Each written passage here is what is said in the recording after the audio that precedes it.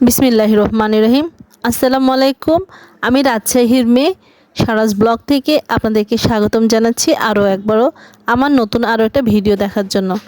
একসময় আমি কাঁঠাল দেখে খুব ভয় পেতাম, কিভাবে কাটবো এই টেনশনে থাকতাম। তো আজকে আমি আপনাদের সাথে শেয়ার করব কিভাবে আমি খুব সহজে কাঁঠাল কাটি। এর জন্য প্রথমে আমি একটা চাকু নিয়ে নিই। আপনারা ইচ্ছা করলে অন্য কিছু ব্যবহার করতে পারেন।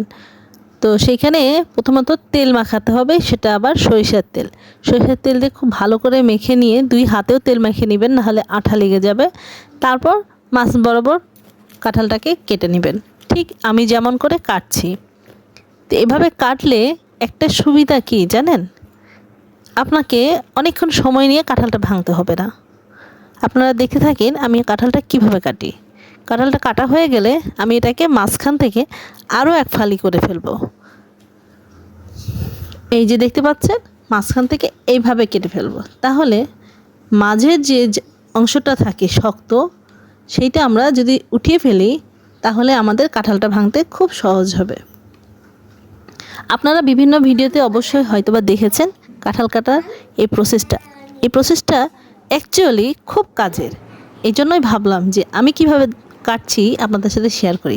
দেখেন ওইভাবে কাটলাম, কাটার পরে এই যে দেখেন কি সুন্দর ক্রিস্টাল ক্লিয়ার, যেটাকে বলে মানে একদম স্বচ্ছ পরিষ্কার, কোনো ঝামেলা নাই। এখন শুধু কোয়াগুলোকে বের করব আর বাটিতে তুলবো, বের করব আর বাটিতে তুলবো। এভাবে আমার কাঁঠাল একসময় পুরোটাই গোছানো হয়ে যাবে, অর্থাৎ ছাল থেকে বের করে বাটিতে নেওয়া হয়ে যাবে।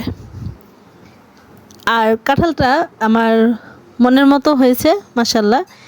এই কাঁঠালটার একটা গুণ আছে, আমাদের গাছের এই কাঁঠালটা খুবই ছোট সাইজের, মানে বিচিও খুব ছোট এবং কাঁঠালটা এত সুস্বাদু। এটাকে হাজারি কাঁঠাল না কি কাঁঠাল বলে আমার ঠিক জানা নাই, তবে কাঁঠালটা আমাদের গাছের, এই কাঁঠালটা এতগুলো কোয়া হয় ভেতরে এবং এত রসালো মিষ্টি, মানে একটা কাঁঠালের যতগুলো গুণ থাকা দরকার বা যে টেস্ট আমরা আশা করি সেই টেস্টটাতে এটা ভরপুর। কিন্তু আমার পছন্দ অন্য একটা জায়গায়। আমি একটু শক্ত, একটু বড় ধরনের কোয়া হলে আমার ভালো লাগে। তবে এটাও খুব খারাপ না, এটাও খুব মজার, কিন্তু একটু বড় হলে ভালো হতো।